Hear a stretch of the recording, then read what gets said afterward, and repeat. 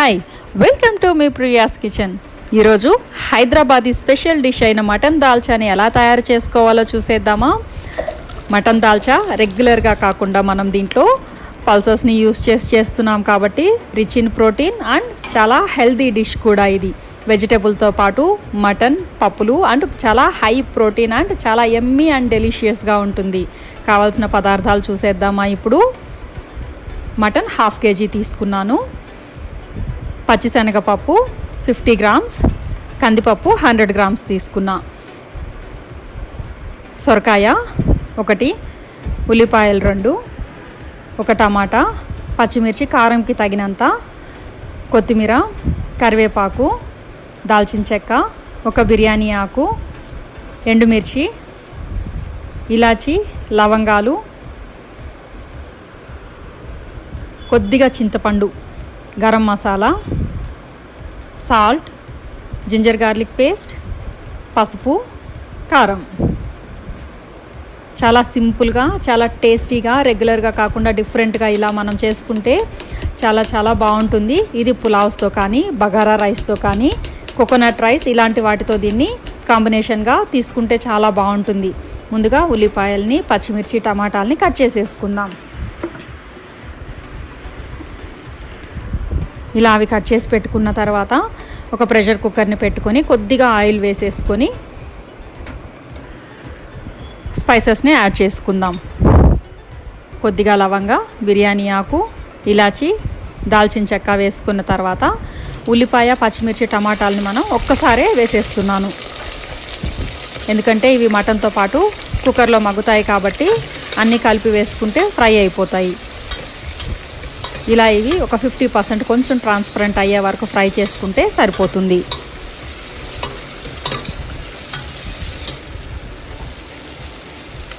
ఇప్పుడు ముందుగా క్లీన్ చేసి పెట్టుకున్న మటన్ని యాడ్ చేసేసుకుందాం. మటన్ మొత్తం ఇలా మిక్స్ చేసేసుకోవాలి. ఇందులో కర్రీకి తగినంత సాల్ట్ని యాడ్ చేసుకుందాం. కొద్దిగా పసుపు,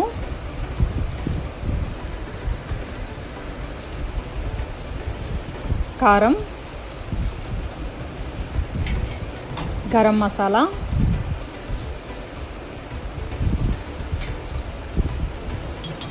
చిన్న స్పూన్ కాబట్టి నేను దీంతో 2 స్పూన్స్ జింజర్ గార్లిక్ పేస్ట్ని యాడ్ చేస్తున్నాను. ఇవన్నీ పచ్చివాసన పోయేలాగా అల్లం వెల్లుల్లి పేస్ట్ అంతా మగ్గే వరకు ఒక 5 నిమిషాలు సిమ్లో పెట్టేసుకొని ఫ్రై చేసుకుందాం. ఇలా ఫ్రై అవ్వడం వల్ల మటన్ పీసెస్కి స్పైసెస్, జింజర్ గార్లిక్ పేస్ట్ ఇవన్నీ బాగా పట్టి టేస్ట్ చాలా బాగుంటుంది. ట్రై చేయని వాళ్ళు ఎవరైనా ఉంటే తప్పకుండా దీన్ని ట్రై చేయండి. రెగ్యులర్గా చేసుకునే వాళ్ళైతే దీని టేస్ట్ చాలా చాలా నచ్చి చేసుకుంటుంటారు.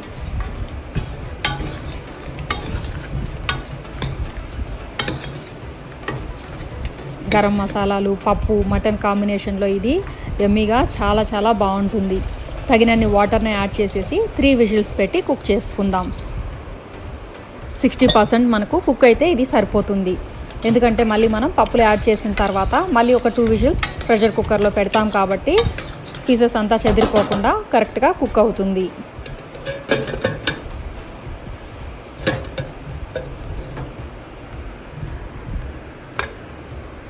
ఇది విజిల్స్ వచ్చి ప్రెషర్ తగ్గే వరకు మనం ఇంకో ప్రాసెస్ని చేసేసుకుందాం.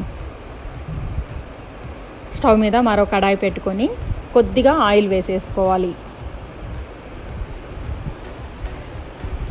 కట్ చేసుకున్న ఒక ఉల్లిపాయ, ఒక పచ్చిమిర్చిని వేసి కొంచెం ఫ్రై చేసుకోవాలి. మరి బ్రౌన్గా కాకుండా కొంచెం ట్రాన్స్పరెంట్ అయి ఫ్రై అయితే సరిపోతుంది.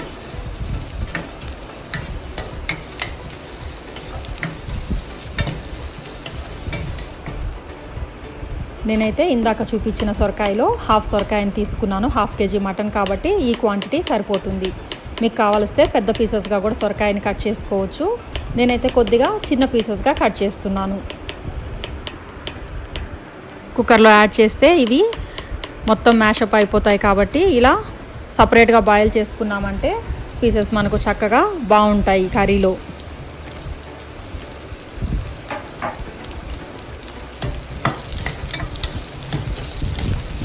సొరకాయని కూడా ఇలా కాసేపు ఫ్రై చేసేసుకోవాలి.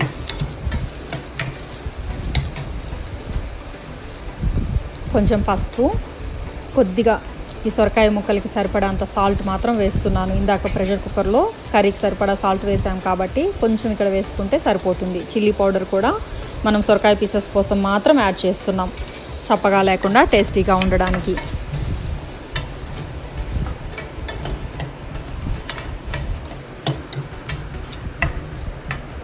నానబెట్టుకున్న చింతపండుని రసం తీసి కొద్దిగా వేసుకోవాలి. ఇలా చింతపండుని వేసుకున్న తర్వాత కాస్త మిక్స్ చేసుకొని వాటర్ వేసేసుకొని బాయిల్ చేసుకోవాలి సొరకాయ మగ్గే వరకు. 5 to 10 minutes అయితే సొరకాయ మెత్తగా కుక్ అయిపోతుంది.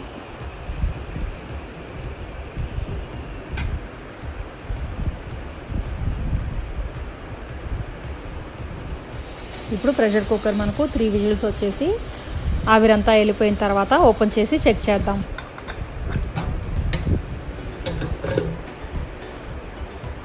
చూడండి, మనకు పీసెస్ మొత్తం చెదిరిపోకుండా పర్ఫెక్ట్గా 50 to 60% మాత్రమే కుక్ అయ్యి కనిపిస్తూ ఉంది. చూడండి, మొత్తం ఇంకా సాఫ్ట్గా కుక్ అవ్వలేదు.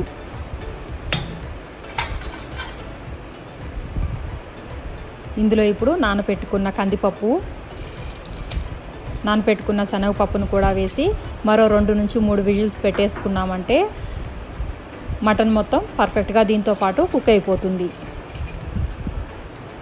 ముందే మటన్ ఎక్కువ విజిల్స్ పెట్టామంటే అది చెదిరిపోయి పీసెస్ అంతా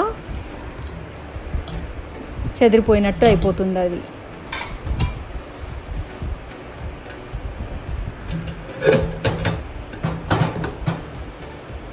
పప్పులు నేను గంట ముందు నానబెట్టాను కాబట్టి ఇక్కడ 2 విజిల్స్ మాత్రమే పెడుతున్నాను. సొరకాయ ముక్క కూడా బాగా కుక్ అయిపోయింది.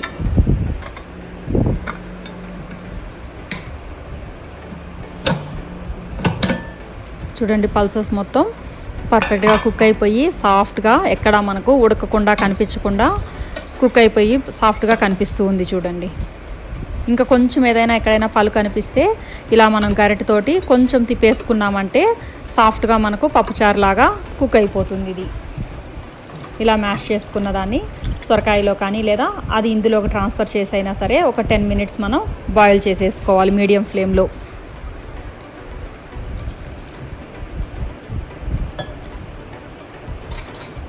సొరకాయ ముక్కలకు కూడా ఈ మసాలా ఫ్లేవర్స్ అన్నీ పట్టి చాలా టేస్టీగా బాగుంటుంది. ఇవి తినేటప్పుడు కూడా హెవీగా లేకుండా బాగుంటుంది.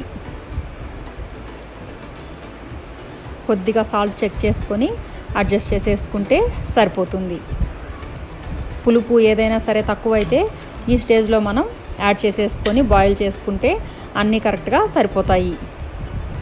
మరో కడాయిలో కొద్దిగా ఘీ యాడ్ చేసుకొని కొంచెం జీలకర్ర మాత్రం వేస్తున్నాను పోపులో. ఎండుమిర్చి, కరివేపాకు వేసేసుకొని పోపు పెట్టేసుకున్నామంటే ఫ్లేవర్ చాలా చాలా బాగుంటుంది ఎండుమిర్చి వల్ల.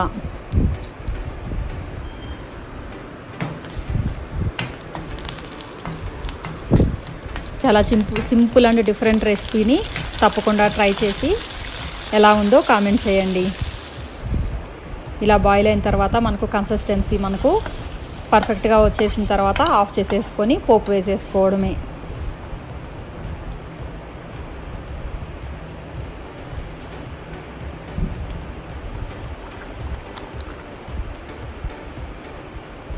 ఈ కన్సిస్టెన్సీ అయితే మటన్ దాల్చాకి కానీ ఫ్రైడ్ రైస్కి, కోకోనట్ రైస్ ఆర్ పులావ్స్కి చాలా బాగుంటుంది తినడానికి.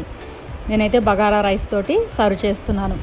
బగారా రైస్ రెసిపీ కావాలంటే కామెంట్ చేయండి, షేర్ చేస్తాను. Thank you for watching me Priya's kitchen. Like, share, don't forget to subscribe for more recipes.